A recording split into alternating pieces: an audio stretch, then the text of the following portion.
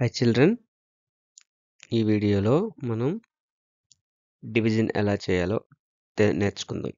2 digits డివిజన్ని single డిజిట్తో ఎలా division చేయాలి. 26 divided by 2. 26 divided by 2. 26 divided by 2నే ఇలా కూడా మనం రాస్తాం. 2 divided by 26 divided by 2. So that means 26 rupees distributed between 2 people. ఇద్దరు విద్యార్థుల మధ్య లేదా ఇద్దరు వ్యక్తుల మధ్య మనం 26 రూపీస్ని డిస్ట్రిబ్యూట్ చేయబోతున్నాం. సో దీన్నే మనం ఇప్పుడు ఒక మెథడ్లో ఎలా చేయొచ్చో చూద్దాం. ఎస్, 26 రూపీస్ అంటే ఎంత? 10 rupees plus 10 rupees, total 20 rupees. So 20 rupees అంటే టెన్స్ ప్లేస్ 2 దీన్ని చూపిస్తున్నాం first. 10 rupees, 10 rupees, 20 rupees. So this represents 10 plus 10 20. So ones టెన్స్లో 2 20 కాబట్టి ఇది. నెక్స్ట్ వన్స్ ప్లేస్లో ఉన్నటువంటి 6ని ఇప్పుడు చూస్తున్నాం. 1 rupee, 2 rupees, 3 rupees, 4 rupees, 5 rupees, 6 rupees. So ఇప్పుడు వన్స్ ప్లేస్లో ఉన్నటువంటి 6 ఈ రూపాయి కాయిన్లు చూపిస్తున్నాం. ఇప్పుడు ఇందులో ఉన్నటువంటి మనం డివిజన్ చేసేటప్పుడు ఎప్పుడు కూడా హైయెస్ట్ వాల్యూ ఉన్నటువంటి కరెన్సీనే ఫస్ట్ పంచాలి. ఇది మ్యాండేట్ అనమాట డిస్ట్రిబ్యూషన్ చేసే మెథడ్లో. కాబట్టి మనం ఖచ్చితంగా హైయెస్ట్ నోట్ను మాత్రమే పంచాలి. ఇక్కడ ఇది హైయెస్ట్ నోటు 10 రూపీ కరెన్సీ కాబట్టి 10 రూపీస్ని ముందుగా మనం డిస్ట్రిబ్యూట్ చేస్తాం. అదే ఒకవేళ 100 ఉంటే 100ని ఫస్ట్గా డిస్ట్రిబ్యూట్ చేయాలి, అలా అనమాట. సో ఫస్ట్ టెన్స్ డిస్ట్రిబ్యూట్ చేస్తున్నాం. ఎంతమందికి? ఇద్దరికి. ఓకే, చూద్దాం. ఇప్పుడు ఈ 26 రూపీస్ మనం అనుకున్నాం కదా, దాన్ని డిస్ట్రిబ్యూట్ చేద్దాం. 10 ప్లస్ 10 20, 21, 22, 23, 24, 25, 26. ఈ 26 రూపీస్ని ఇప్పుడు వీళ్ళిద్దరు పిల్లలు ఇక్కడ చేతులు చాపుకొని ఉన్నారు కదా, వాళ్ళిద్దరికి పంచుదాం. సో ఫస్ట్ మనం ఏం డిస్ట్రిబ్యూట్ చేయాలని చెప్పాం? టెన్స్. 10 రూపీస్ని మాత్రమే డిస్ట్రిబ్యూట్ చేయాలంటే ఎప్పుడు కూడా ఇక్కడ ఈ 2 డిజిట్స్లో టెన్స్ ప్లేస్ని మాత్రమే ఫస్ట్గా డిస్ట్రిబ్యూట్ చేయాలి. రైట్? ఎస్, ఫస్ట్ 10 రూపీస్ని ముందుగా డిస్ట్రిబ్యూట్ చేస్తే ఇక్కడ రెండే రెండు ఉన్నాయి కాబట్టి ఒకటి ఇతనికి, రెండోది ఇతనికి వెళ్తుంది. సో మన దగ్గర ఉన్నటువంటి హైయెస్ట్ ప్లేస్ వాల్యూ అయినటువంటి టెన్స్ని ముందు డిస్ట్రిబ్యూట్ చేస్తాం. ఇతనికి 10, ఇతనికి 10 వెళ్ళింది. రైట్? ఇప్పుడు వన్స్ని డిస్ట్రిబ్యూట్ చేద్దాం. అంటే ఈ 6 రూపీస్ని మనం డిస్ట్రిబ్యూట్ చేస్తున్నాం. 1 రూపీ యువతల విద్యార్థికి, 1 రూపీ రెండో వాడికి, మళ్ళీ 1 రూపీ మొదటి వాడికి, మరో 1 రూపీ రెండో వాడికి, మూడో 1 రూపీ మొదటి వాడికి, మూడో 1 రూపీ రెండో వాడికి. ఇప్పుడు ప్రతి ఒక్కడికి ఎంత వచ్చిందో చూద్దాం. ఒక 10 rupee note plus 3 1 rupee coins. So టోటల్గా ఎంత వచ్చినట్టు? ఒకడికి 10 రూపీస్ ప్లస్ 3 1 రూపీ కాయిన్స్. అంటే దాని అర్థం ఎంత? 10 ప్లస్ 3 13. ఒక్కొక్కడికి 13 రూపీస్ వచ్చింది అని అర్థం. అంతే కదా? సరే, ఇప్పుడు చూద్దాం. అదే కదా ఇక్కడ చెప్పాం. 10 plus 1 plus 1 plus 1 that is equal to 13. 10 rupee coins, 10 rupee note, 1 rupee coin, 1 rupee coin, 1 rupee coin. Total 13 rupees ఒక్కొక్కరికి వచ్చింది. ఒక 10, 1 rupee coin, 1 rupee coin, 1 more coin. So total 13 rupees. So 26ని ఇద్దరికి పంచేటప్పుడు ఒకరికి వచ్చే విలువ ఎంత అనేది మన క్వశ్చన్. అప్పుడు ఆన్సర్ ఏంటి? 13. 26 rupees is distributed between 2 students. Each one get 13 rupees. How? 10 plus 1 rupee plus 1 rupee plus 1. That is equals to 13. Okay, right. That is first method division. Method 2. ఇప్పుడు 26ని 2తో మామూలుగా ఎలా డివిజన్ చేస్తాం? ఫస్ట్‌గా నేనేం చేశానంటే ఇక్కడ 2 టేబుల్‌ని రాసుకున్నాను. 2 జీరోస్ 0, 2 1 జా 2, 2 2 జా 4 అలా అప్ టు 2 9 జా వరకు రాసుకోవచ్చు. అప్పుడు మనకి ఎంత అవసరమైతే అంతవరకు రాసుకున్నాను. నేను ఇక్కడ 5 వరకు రాశాను. మీకెంత అవసరమైతే అంతవరకు రాసుకోవచ్చు. సో, ఫస్ట్‌గా ఇక్కడ 2ని 26ని 2 చేత డివిజన్ చేస్తున్నాం. ఎలా చేద్దామో చూద్దాం.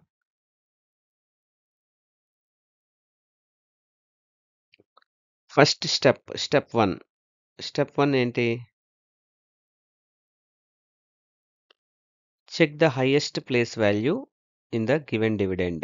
That is 26 have the highest place value. That is 2 tens. ఇక్కడ ఉన్నటువంటి ఇందాక 2 హైయెస్ట్ కరెన్సీ నోట్ 2 టెన్స్ కదా.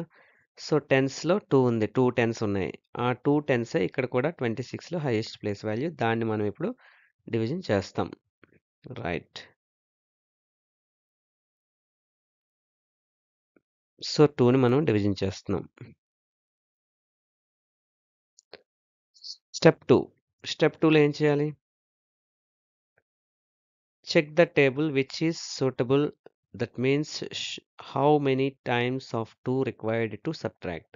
ఇక్కడ 2 ఎన్నిసార్లు మనం డివిజన్ చేయాలో చెక్ చేస్తాం. ఓకే.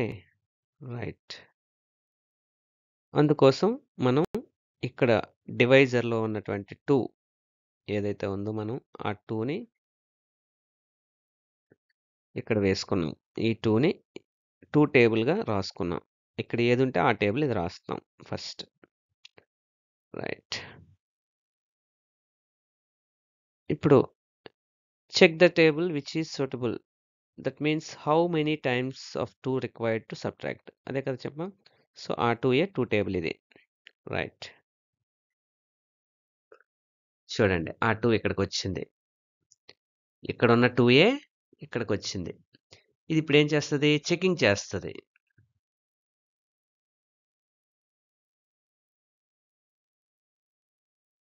అది. 2 చెక్ చేస్తది. దేంట్లో అది కరెక్ట్‌గా సరిపోతుందా అనేది చెక్ చేస్తది. రైట్. నెక్స్ట్. నెక్స్ట్ ఏం చేస్తది? ఇప్పుడు ఫస్ట్ స్టెప్‌లో step 3 checking by 2 every value of the table. ఈ టేబుల్‌లో ఉన్నటువంటి ప్రతి విలువని 0, 2, 4, 6, 8, 10 వీటిని ప్రతి విలువని చెక్ చేస్తది. ఫస్ట్‌ది 0ని చెక్ చేసింది. 0ని చెక్ చేసింది. 0 is less than or equals to 2 అంటే దాని అర్థం ఏంటి? 0 అనేది 2 కంటే చిన్నది మరియు సమానము అని అర్థం. చిన్నది కదా! చిన్నది గాని, సమానం గాని ఏదో ఒకటి. సో, చిన్నది సరిపోయింది. సో, గ్రీన్ కలర్ వచ్చింది కాబట్టి దీంతో మనకి ఇబ్బంది లేదు. నెక్స్ట్ చెక్ చేద్దాం. 0 is less than 2. So, problem లేదు. నెక్స్ట్ చెక్ చేయాలి. నెక్స్ట్ ఎక్కడ చెక్ చేయాలి? రెండో వాల్యూని చెక్ చేయాలి. ఇగో ఈ 2నే ఇక్కడ చెకింగ్ చేస్తుంది. రైట్.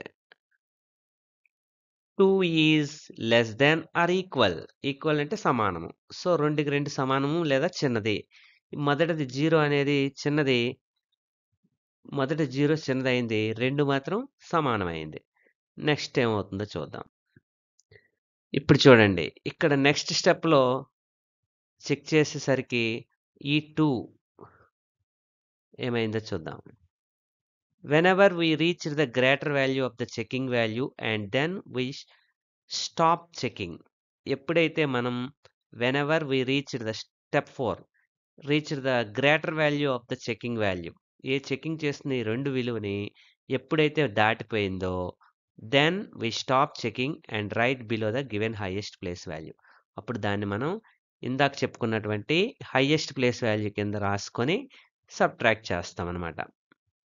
సో, అందుకే ఇవి రెడ్ కలర్‌లోకి మారిపోయేవి. ఇవన్నీ రెడ్ కలర్‌లోకి వచ్చేసాయంటే మరి ఇవి రాయకూడదు, చెకింగ్ చేయకూడదు. రైట్. ఇప్పుడు చూడండి ఏం చేయాలి? అప్పుడు రెడ్ కలర్‌లో మారిపోయిన దానికి ముందున్నటువంటి గ్రీన్ కలర్ అంటే దీనికంటే చిన్నది ఏదైతే ఉందో అంటే సమానము లేదా చిన్నది. ఆ సమానమైనా పర్వాలేదు, చిన్నదైనా పర్వాలేదు. ఆ గ్రేటెస్ట్ వాల్యూని తీసుకొని ఏం చేస్తున్నాం? ఆ రెండునే ఇక్కడ డివిడెండ్‌లో హైయెస్ట్ ప్లేస్ వాల్యూ ఇందాక ఏదైతే అనుకున్నామో దాని కింద రాసుకుంటాం. So, 2 - 2 that is equals to 0. So, ఈ 2 లోంచి 2 రాసాం. అక్కడితో అయిపోయిందా? అవ్వలేదు. ఏం చేయాలి మరి? ఆ 2 ఎక్కడి నుంచొచ్చింది? 2 1 జా 2 నుంచొచ్చింది కదా! ఈ 1ని ఇక్కడ రాసుకోవాలి. 2 1 జా 2. ఈ 2 నేమో ఇక్కడ రాసాం. ఇక్కడ ఉన్నటి 1 నేమో ఇక్కడ రాసేసాం. నెక్స్ట్. సో, 2 1 జా 2. 2లో 2 పోతే 0 రైట్? ఇప్పుడు మిగిలినటువంటి డివిజన్ కాకుండా ఉండిపోయినటువంటి 6ని కిందకి రాసుకోవాలి. సో, ఇదే మనకిప్పుడు వచ్చినటువంటి నెక్స్ట్ ఈ 6 ఇక్కడికొచ్చేసింది. ఆ 6 ఇప్పుడు మనకు కొత్త డివిడెండ్ అవుతది. So, this is our new dividend. ఇప్పుడు ఈ న్యూ డివిడెండ్‌ని మనం డివిజన్ చేయాలి. అంటే మళ్ళీ ఏం చేయాలి? ఆ 6ని న్యూ డివిడెండ్‌గా తీసుకొని మళ్ళీ ఇందాక చెప్పిన ప్రాసెస్సే మళ్ళీ 4 స్టెప్స్ ఫాలో అవ్వాలి. 4 స్టెప్స్ ఫాలో అవ్వాలి. మళ్ళీ ఫస్ట్ స్టెప్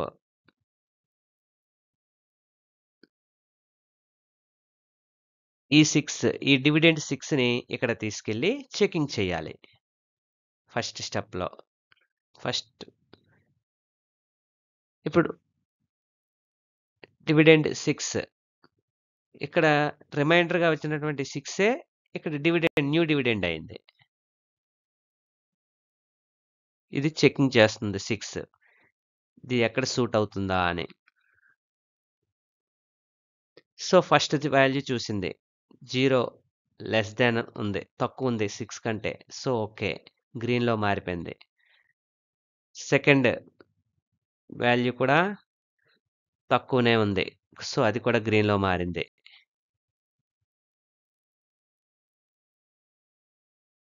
థర్డ్ వాల్యూ 4 ఇది కూడా 6 కంటే తక్కువ ఉంది. 6 కంటే 4 లెస్ థాన్ కాబట్టి గ్రీన్‌లో మారింది. 6 ఇది కూడా తక్కువే కాబట్టి గ్రీన్‌లో మారింది. తక్కువే కాదు సమానం కూడా. తక్కువ కాదు సమానం. 6 ఈజ్ ఈక్వల్. కాబట్టి సమానంగా ఉన్నా లేదా తక్కువున్నా మారింది. సో, ఇక్కడికొచ్చేసరికి రెడ్‌లోకి మారిపోయింది 2. చూడండి ఎప్పుడైతే 8 వచ్చిందో 8లో మారగానే వెంటనే అవన్నీ రెడ్ అయిపోయేవి. సో, ఇక్కడితో మనం చెకింగ్ ఆపేయాలి. ఇప్పుడు ఏదైతే ఉందో దాని ముందు స్టెప్స్‌కి మళ్ళీ వెళ్ళాలి. వెళ్ళి అక్కడ హైయెస్ట్ గ్రీన్ వాల్యూ ఏదుందో ఆ గ్రీన్ వాల్యూని కొత్త డివిడెండ్‌లోకి తీసివేయాలి. ఈ 6లోంచి తీసివేయాలి. తీసేస్తే ఏమవుతుంది? 0. మరి అక్కడితో అయిపోయిందా? ఆ 6 ఎక్కడి నుంచొచ్చింది? ఇక్కడి నుంచొచ్చింది కదా! 2 3 జా 6. సో, ఈ 3ని అక్కడ రాసుకో. ఈ వీడియో చేయడంలో మా కష్టాన్ని మీరు గుర్తించినట్లయితే దయచేసి మా వీడియోని షేర్ చేయండి మరియు సబ్స్క్రైబ్ చేయండి. ఇది చేయడానికి చాలా కష్టంతో కూడుకున్నది. చాలా స్ గంటలు వెచ్చించి చేయడం జరిగింది. దయచేసి మమ్మల్ని ప్రోత్సహించవలసిందిగా ప్రార్థిస్తున్నాం.